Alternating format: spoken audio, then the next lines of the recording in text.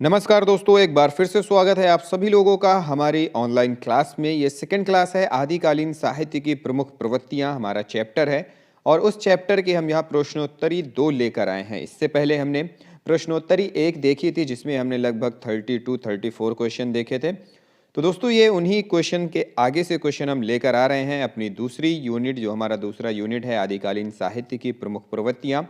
तो दोस्तों ये UGC net, JRF, TGT, PGT, LT grade और मास्टर कैडर के लिए बहुत ही महत्वपूर्ण वीडियो है। तो पूरी वीडियो के साथ बने रहें और अपने जवाब जो हम प्रश्न पूछ रहे हैं उनको कमेंट बॉक्स में करते रहें। तो चलिए शुरुआत करते हैं पहले प्रश्न से। पहला प्रश्न है, पाउम चरियू किसकी रचना है? पाउम चरियू के लेखक कौन है, इसके बारे में बताना है। तो ऑप्शंस है अब्दुल रहमान, विद्यापति, स्वयंभू या चंदबर दाई। तो बताएं इनमें से कौन होगा। तो सही उत्तर है हमारा ऑप्शन सी, स्वयंभू। ऑप्शन सी स्वयंभू यहां पे सही है। अगला प्रश्न है, इनमें से किस ग्रंथ में लिखा है कि अग्नि परीक्षा के बाद सीता जैन धर्म में दीक्षित हो जाती है? इनमें से किस ग्रंथ में लिखा है? तो ऑप्शंस देख लेते हैं। महापुराण, परमात्म प्रकाश, भविष्यत कहा या फिर पाउम चरियू में? सही उत्तर है ऑप्शन सी, पाउम चरियू में। अगला प्रश्न है, इनमें से कौन सा ग्रंथ लौकिक चरित काव्य माना जाता है? लौकिक चरित काव्य माना जाता है। ऑप्शंस दिया हुआ है, भविष्यत कहा, योगसार, परमात्म प्रकाश या फिर पाहुड़ दोहा। सही उत्तर है ऑप्शन ए, भविष्यत कहा। अगला प्रश्न है, अपभ्रंश का भावभूति किसे माना जाता है? अपभ्रंश का भावभूति, ऑप्शंस देख लेते हैं। शालिभद्र सूरी, पुष्पदंत, कंकामर या फिर धनपाल।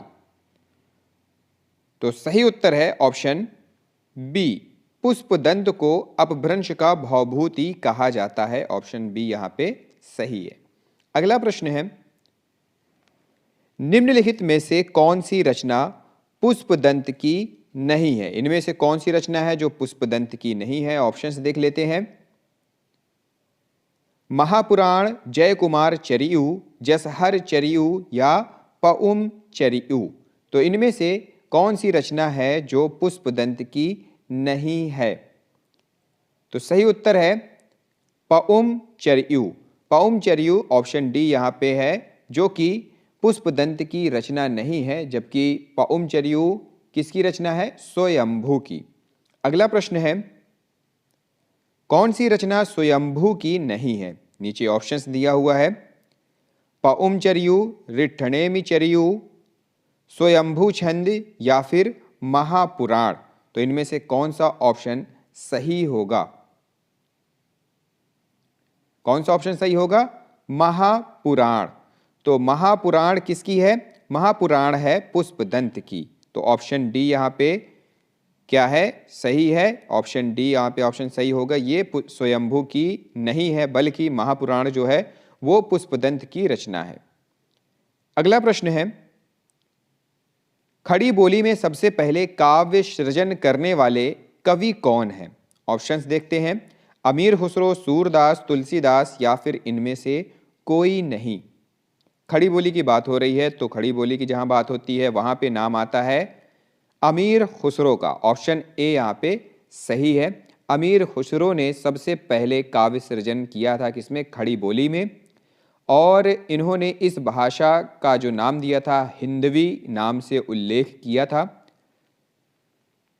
फिर आगे बात करते हैं, मुकरी लिखने का सर्वप्रथम प्रयास किस कवि ने किया था? मुकरियां लिखने का सर्वप्रथम प्रयास किस कवि ने किया था? तो नाम जाहिर है कौन से कवि हैं? अमीर खुसरो ही है। यहाँ पे ऑप्शन सी सही होगा, अमीर खुसरो, क्योंकि दो सुखने, मुकरियाँ, पहेलियाँ, खालिक बारी, गज़ल, ये इनकी प्रमुख क्षेत्र थे। इन्होंने प्रमुख ऐसी रचनाएं लिखी हैं। फिर बात करते हैं आगे, अमीर खुसरो की पहेलियाँ एवं मुकरियों का जो उद्देश्य था वो क्या था? अमीर खुसरो की पहेलियों तथा मुकरियों का क्या उद्देश्य था? ऑप्शन है पृथ्वीराज चौहान की वीरता का वर्णन, अलाउद्दीन और हम्मीर के युद्धों का वर्णन, सी है मनोरंजन के माध्यम से लोक व्यवहार की शिक्षा, या फिर इनमें से कोई नहीं, मतलब इनका कोई उद्देश्य नहीं होता था। तो सही उत्तर है ऑप्शन सी, मनोरंजन के माध्यम से लोक व्यवहार की शिक्षा अमीर खुसरो की पहेलियों एवं मुकरियों का उद्देश्य होता था। अगला प्रश्न है, आदिकाल में पहेलियों एवं मुकरियों की रचना करने वाले कवि कौन हैं? आदिकाल पूछ रहा है, आदिकाल में पहेलियों एवं मुकरियों की रचना करने वाले जो कवि हैं, नीचे ऑप्शन है मीर खुसरो, हेमचंद्र, स्वयंभू, विद्यापति। तो सही उत्तर है, जैसा कि हमने ऊपर देखा था, क्या देखा था? अमीर खुसरो, ऑप्शन ए। अगला प्रश्न है, निम्नलिखित में से कौन शिलांकित कृति है? ऑप्शंस देखते हैं, पाहुड़ दोहा, राउल वेल, स्वयंभू, वर्ण रत्नाकर। क्या बताना है? निम्नलिखित में से कौन सी रचना है जो शिलांकित कृति है? तो सही उत्तर है ऑप्शन बी, राउल वेल। ये शिलांकित कृति है। यह गद्य पद्य मिश्रित चंपू काव्य की प्राचीनतम हिंदी कृति है, जिसमें राउल नायिका के नक्षिक वर्णन के प्रसंग में हुई है। आगे देखते हैं, राउल वेल किस प्रकार की रचना है? ऑप्शन है ए, गद्य पद्य मिश्रित चंपू काव्य, बी शुद्ध काव्य, सी नाटक, या फिर डी प्रेमाख्यानक प्रबंध काव्य। तो यहाँ पे सही उत्तर है जो वो ये है कि गद्य पद्य मिश्रित चंपू काव्य है। राउल वेल गद्य पद्य मिश्रित चंपू काव्य है। अगला प्रश्न है, निम्नलिखित में से कौन व्याकरण ग्रंथ के रूप में प्रतिष्ठित है? ऑप्शंस है राउल वेल, उक्ति व्यक्ति प्रकरण, वर्ण रत्नाकर, या फिर कुवलय माला। निम्नलिखित में से कौन व्याकरण ग्रंथ के रूप में प्रतिष्ठित है? यह प्रश्न कई बार पूछा जा चुका है, तो इसका सही उत्तर है ऑप्शन बी, उक्ति व्यक्ति प्रकरण। अगला प्रश्न है, उक्ति व्यक्ति प्रकरण के रचनाकार निम्नलिखित में से कौन है? ऑप्शंस है दामोदर शर्मा, ज्योतिरीश्वर ठाकुर, हेमचंद्र, या फिर रोड़ा कवि। उक्ति व्यक्ति प्रकरण के रचनाकार का नाम यहां पे पूछ रहा है, तो कौन है? ऑप्शन है ए, दामोदर शर्मा। अगला प्रश्न है, निम्नलिखित में से कौन सी भाषा आदिकाल की है? ऑप्शन देख लेते हैं, ब्रज भाषा, खड़ी बोली, डिंगल पिंगल, या फिर अवधी। आदिकाल की भाषा निम्नलिखित में से कौन सी है? तो सही उत्तर है ब्रज भाषा। आदिकाल में जितना भी मैक्सिमम जो काव्य है वो ब्रज भाषा में ही लिखा गया था। अगला प्रश्न है, चारण साहित्य किस साहित्य का दूसरा नाम है? चारण साहित्य किस साहित्य का दूसरा नाम है? ऑप्शंस देख लेते हैं, सिद्ध साहित्य, नाथ साहित्य, जैन साहित्य, या फिर रासो साहित्य। सही उत्तर है ऑप्शन डी, रासो साहित्य का दूसरा नाम चारण साहित्य है। अगला प्रश्न है, निम्नलिखित में से कौन 84 सिद्धों में नहीं है? निम्नलिखित में से कौन 84 सिद्धों में नहीं है? ऑप्शंस देख लेते हैं, विरूपा, कन्हपा, शारंगधर, कुक्कुरीपा। तो इसमें सही उत्तर है ऑप्शन सी, शारंगधर। शारंगधर 84 सिद्धों में नहीं आते हैं। अगला प्रश्न है, सिद्धों की संख्या कितनी मानी जाती है? तो इसके ऑप्शंस देख लेते हैं। सिद्धों की संख्या ऑप्शन है 84, 65, 72, 66। जैसे कि हमने ऊपर लिखा हुआ है 84, तो यहाँ पे भी सही उत्तर होगा 84 सिद्ध माने जाते हैं। अगला प्रश्न है, आदिकाल में किस प्रकार का साहित्य लिखा जा रहा था? ऑप्शंस है जनजीवन से हटकर राजाओं की वीरता का अतिरंजित वर्णन, बी है कृष्ण भक्ति पर आधारित काव्य, सी निर्गुण की उपासना, या फिर डी उपर्युक्त में से कोई नहीं।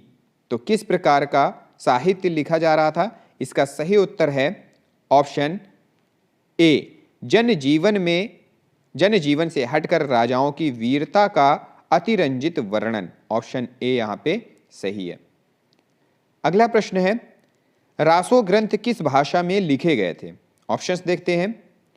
रासो ग्रंथ किस भाषा में लिखे गए थे? ऑप्शन है ए खड़ी बोली में, ब्रज भाषा में, अवधी में या फिर डिंगल पिंगल में। तो रासो ग्रंथ किस भाषा में लिखे गए थे? जवाब दें।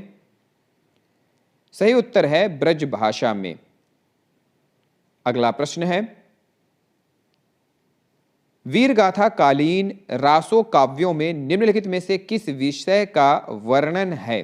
किस विषय का वर्णन है? ऑप्शन है ए आश्रयदाताओं का अतिरंजनापूर्ण वर्णन, बी इतिहास और कल्पना का सम्मिश्रण, सी कृष्ण लीलाओं का प्रतिपादन या फिर डी युद्धों का सजीव एवं गत्यात्मक वर्णन। तो इनमें से कौन सा ऑप्शन सही है? तो सही उत्तर है ऑप्शन सी कृष्ण लीला का प्रतिपादन। अगला प्रश्न है, इसमें वो है कि वीरगाथा कालीन रासो काव्यों में निम्नलिखित में से किस विषय का वर्णन नहीं है?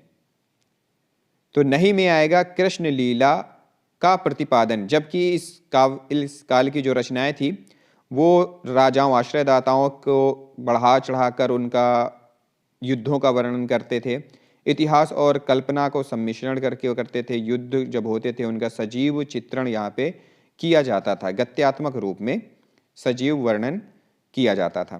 तो यहाँ पे जो सही उत्तर इसमें से होगा नहीं है। निम्नलिखित वीरगाथा कालीन रासो काव्यों में निम्नलिखित में से किस विषय का वर्णन नहीं है? तो वो है कृष्ण लीला का प्रतिपादन।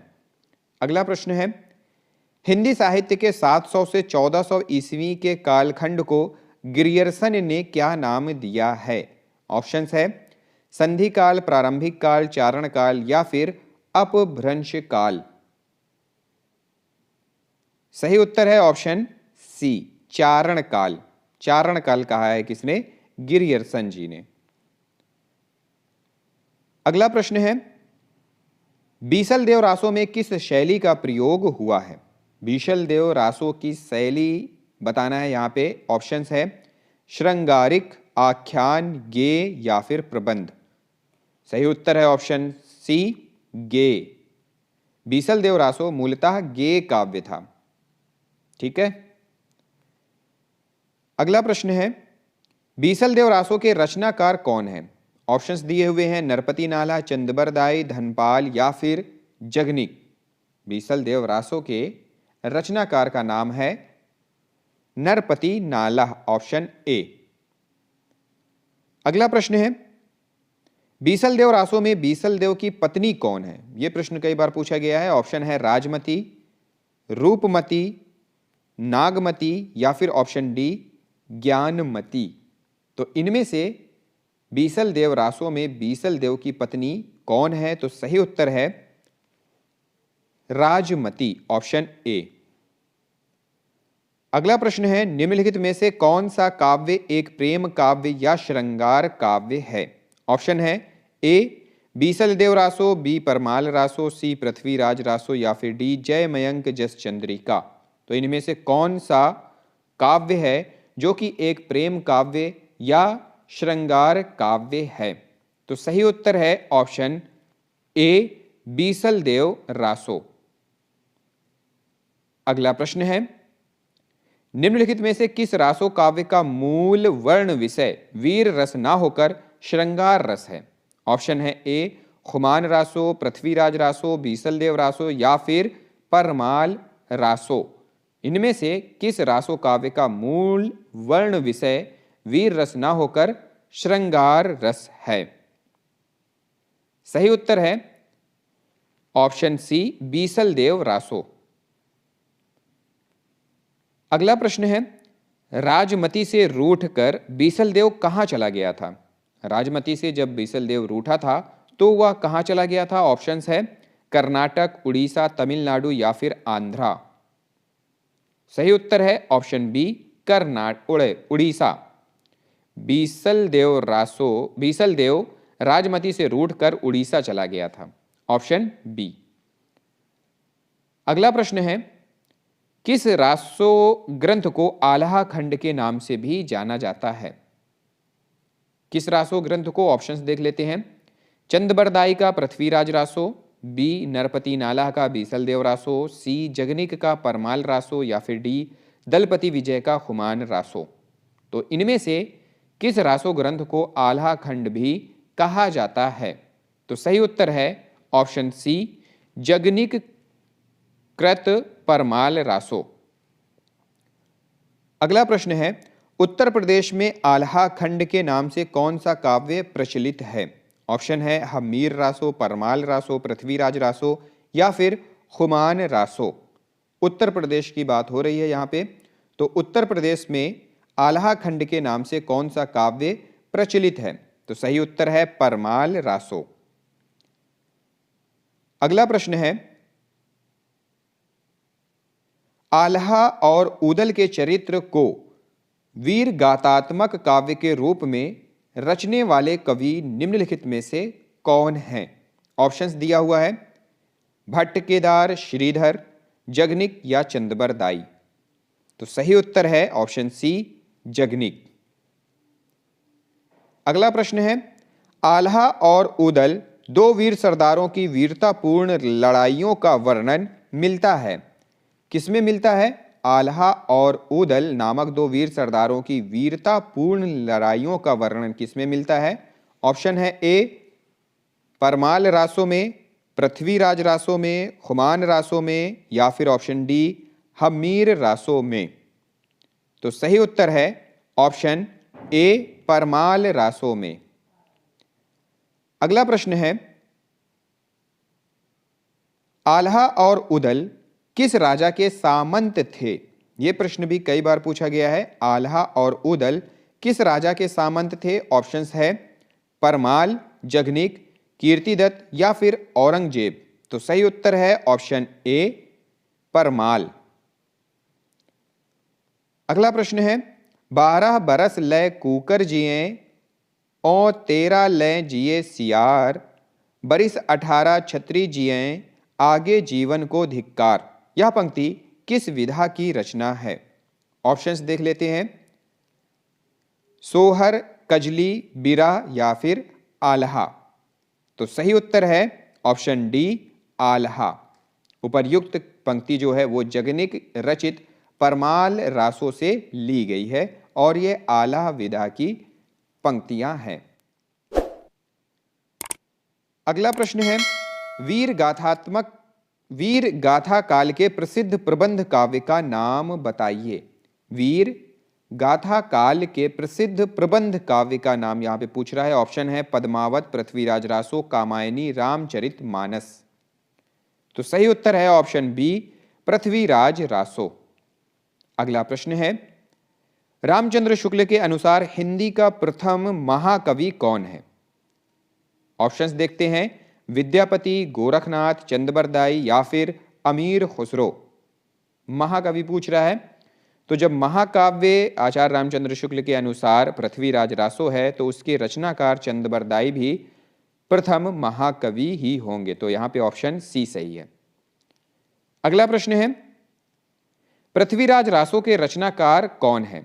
तो पृथ्वीराज रासो के जैसा कि ऊपर बताया कि रचनाकार हैं चंदबरदाई। ऑप्शन सी यहां पे सही है। अगला प्रश्न है, हिंदी का प्रथम महाकाव्य किस रचना को माना जाता है? ऑप्शंस है कामायनी, साकेत, रामचरितमानस या फिर पृथ्वीराज रासो।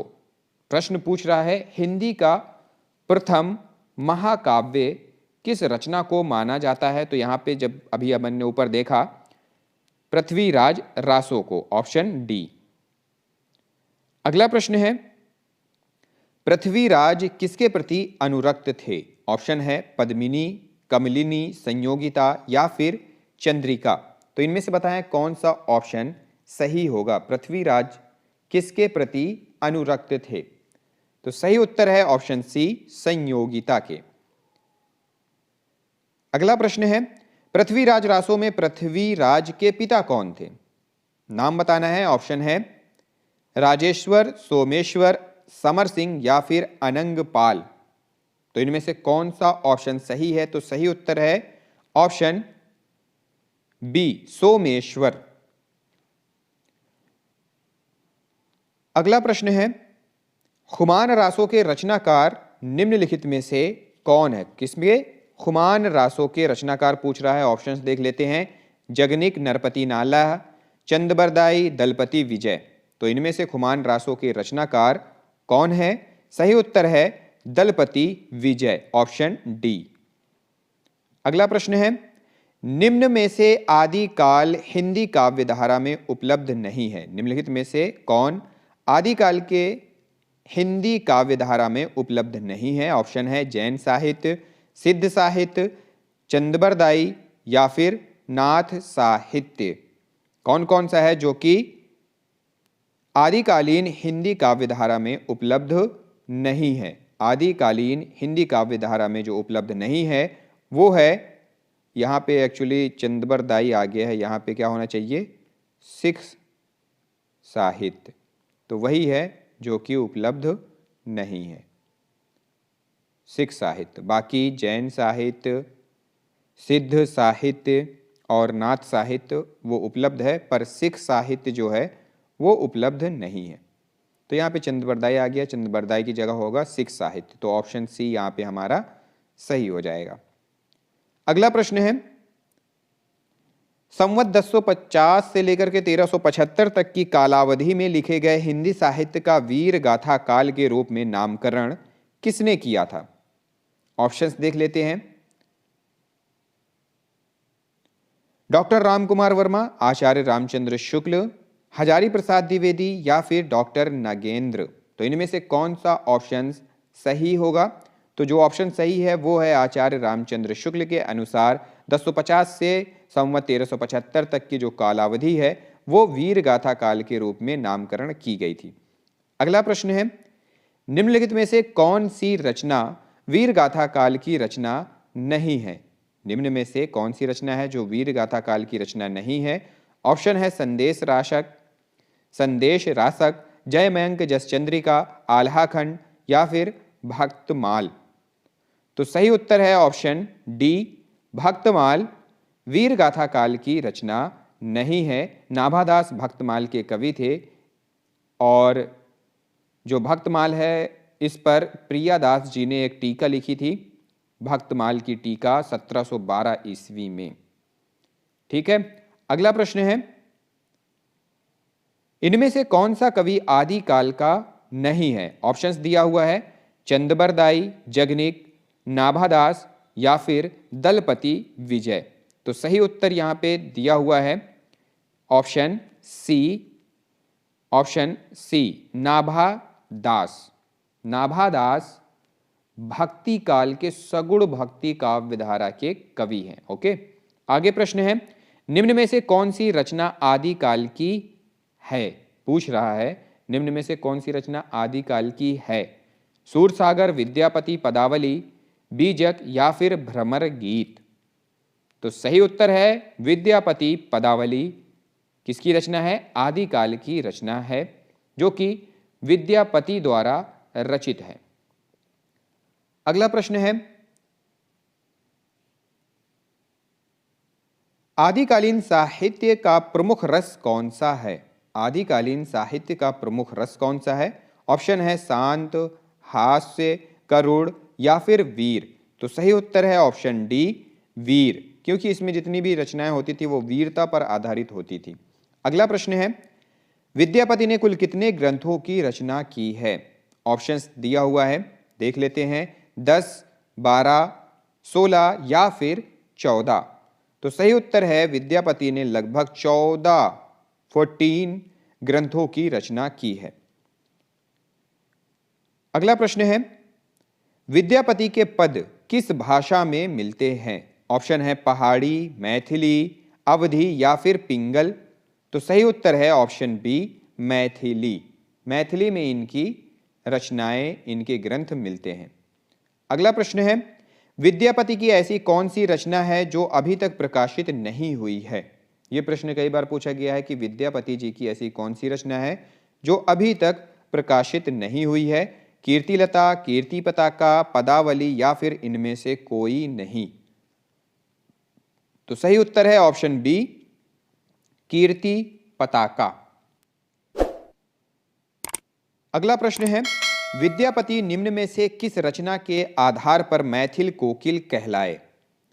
पदावली, कीर्ति पताका, कीर्तिलता या उपर्युक्त सभी? तो इनमें से कौन सा ऑप्शन है जो सही है? तो सही उत्तर है पदावली की वजह से विद्यापति जी मैथिल कोकिल कहलाए। ऑप्शन ए यहाँ पे सही है, पदावली। अगला प्रश्न है, इनमें से कौन सा कवि अभिनव जयदेव के नाम से भी जाना जाता है?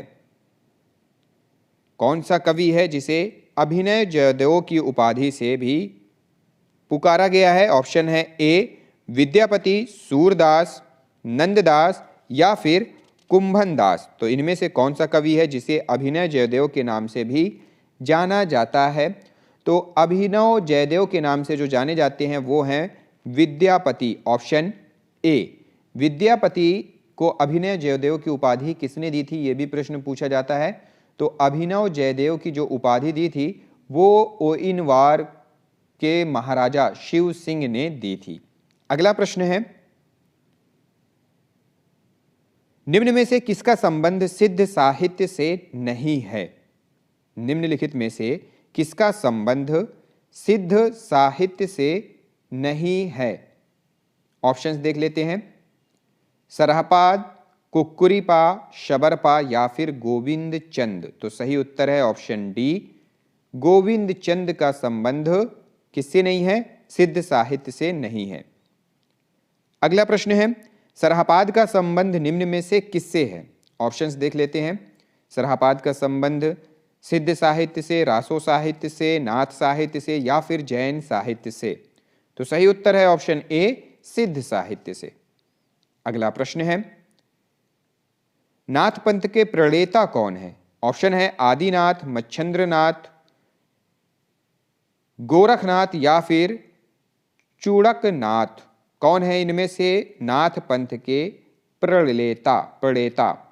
तो नाथ पंथ के जो प्रणेता हैं वो हैं आदिनाथ। फिर आगे है, नाथों की संख्या कितनी है? ऑप्शन है ए 86, बी 11, सी 84 या फिर 9। नाथों की संख्या कितनी मानी गई है? तो 9 नाथ माने गए हैं, 9 नाथ। ऑप्शन डी यहाँ पे सही है। सिद्ध 84 माने गए हैं और नाथ 9 माने गए। अगला प्रश्न है, नाथ पंथ के प्रवर्तक कौन है? ऑप्शंस दिया हुआ है, चरपटनाथ, मत्स्येंद्रनाथ, गोरखनाथ या फिर जालंधर नाथ। तो सही उत्तर क्या होगा? तो दोस्तों यहाँ पे जो सही उत्तर है वह है मत्स्येंद्रनाथ और गोरखनाथ। मत्स्येंद्रनाथ और गोरखनाथ। अब यहाँ बात आती है कि अगर दोनों में से दोनों दिया हुआ है तब तो दोनों हो गए, लेकिन अगर इनमें से एक दिया हुआ है तब क्या होगा? तब एक दिया हुआ तो जाहिर सी बात वो है एक है, लेकिन मत्स्येंद्रनाथ जो हैं, यहाँ पे जो मत्स्येंद्रनाथ दिया हुआ है वो गोरखनाथ के गुरु थे। मतलब जो मत्स्येंद्रनाथ हैं ये गुरु थे किसके? गोरखनाथ जी के। तो ये बड़े हुए, अगर आता है ऐसे में एक ऑप्शन चूज करने के लिए, तो नाथ पंथ के प्रवर्तक होंगे मत्स्येंद्रनाथ। ये चीज याद रखना।